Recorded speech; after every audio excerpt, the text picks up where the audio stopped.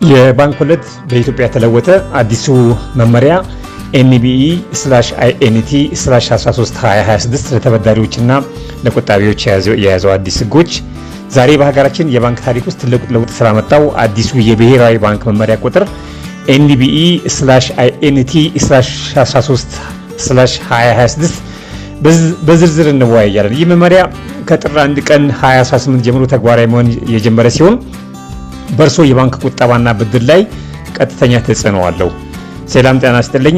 ጠበቃና የህግ አማካሪ ፍቃዱ በቀለ ነኝ። ዝርዝር አንቀጾችን እንደሚከተለው እናያለን። አንቀጽ 3(1) ላይ የቁጠባ ወለድ ነፃነትን በሚመለከት እንደዚህ ይላል። የመጀመሪያው ትልቅ ለውጥ ያለው በቁጠባ ሂደት ነው። ከዚህ ፊት ማንኛውም ባንክ ለቆጣቢ ቢያንስ 7% ወለድ የመክፈል ግዴታ ነበረበት። አሁን ግን ይህ ህግ ተነስቷል። ባንኮች እንዳቅማቸው ከ7% በታች ወይንም በላይ መክፈል ይችላሉ። ይህ ማለት ባንኮች ደንበኛ ለመሳብ እስከ 15 እና 20% ወለድ ሊሰጡ የሚችሉበት የውድድር ዘመን መጥቷል ማለት ይቻል ይሆን? አንቀጽ 4(1) የብድር ወለድ ማርኬት ድራይቭን መሆኑ ሁለተኛው ብዙውን ሰው የሚያሳስበው የብድር ወለድ ነው። አዲሱ መመሪያ የብድር ወለድ መጠንን ሙሉ ለሙሉ ለባንኮች ውሳኔ ሰጥቷል። ባንኮች የወለድ መጠኑን የሚወስኑት በገበያ ሁኔታ ማርኬት ድራይቭን ይሆናል። ይህ ማለት የገንዘብ እጥረት ባለበት ሰዓት የብድር ወለድ በጣም ሊጨምር ይችላል። ተበዳሪዎች ብድር ከመውሰዳቸው ፊት የወለድ መጠኑ ፊክስድ የማይቀየር ወይንስ ፍሎቲንግ እንደ ገበያ የሚቀየር መሆኑን ማረጋገጥ ይኖርባቸዋል። አንቀጽ 3(5) ላይ አድሎ ስለመከልከሉ ወይም ነን ዲስክሪሚኔሽን እንደ ህግ ባለሙያነት ትኩረት እንዲሰጥ የምፈልገው ይህ ነጥብ ላይ ነው።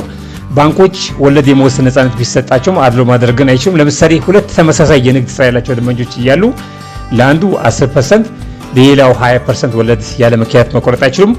ባንኮች ወለድ ሲወስኑ ግልጽ የሆነ መስፈርት ሊኖራቸው ይገባል። ካልሆነ ግን በህግ ሊጠይቁ ይችላሉ። አንቀጽ 4.9 ላይ ለነባር ተበዳሪዎች ማስጠንቀቂያ።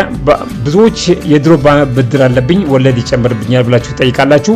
መመሪያው እንደሚለው ከጥር 1 ቀን 2018 ዓመት በፊት የተሰጡ ብድሮች የሚመሩት በነበረው ውል መሰረት ነው። ነገር ግን በውላችሁ ላይ ባንኩ በፈለገው ጊዜ ወለድ ሊቀያየር ይችላል የሚል ቃል ካለ ባንኩ ወለድ ሊጨምርባችሁ ይችላል። ውላችሁን በደንብ መመርመር ያለባችሁ ጊዜው አሁን ነው። በአጠቃላይ ይህ መመሪያ በኢትዮጵያ ፋይናንስ ገበያ ላይ ትልቅ ውድድር ይፈጥራል። የእርስዎ የብድር ውል ወይም የቁጠባ ወለድ አሳስቦታል? ዝርዝር የህግ ምክር ወይም የውል ምርመራ ከፈለጉ ባንክ ብለው ኮሜንት ያደርጉልኝ። አዲሱ መመሪያ በእርግጥ በባንኮች መካከል የገበያ ውድድር ይፈጥራል።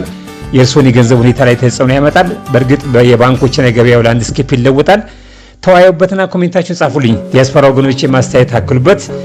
ቪዲዮ ጠቃሚ ሆኖ ካገኛችሁት ለሌሎች እንዲደርስ ላይክ እና ሼር ማድረጋችሁን አትርሱ። በማናቸውም የጉዳይ ላይ የህግ ምክርና የጥብቅና አገልግሎት ሲፈልጉ በቪዲዮ ላይ ባለ ስልክ ቁጥር ይደውሉልኝ። ቪዲዮውን እስከ መጨረሻው ስለተመለከቱ አመሰግናለሁ።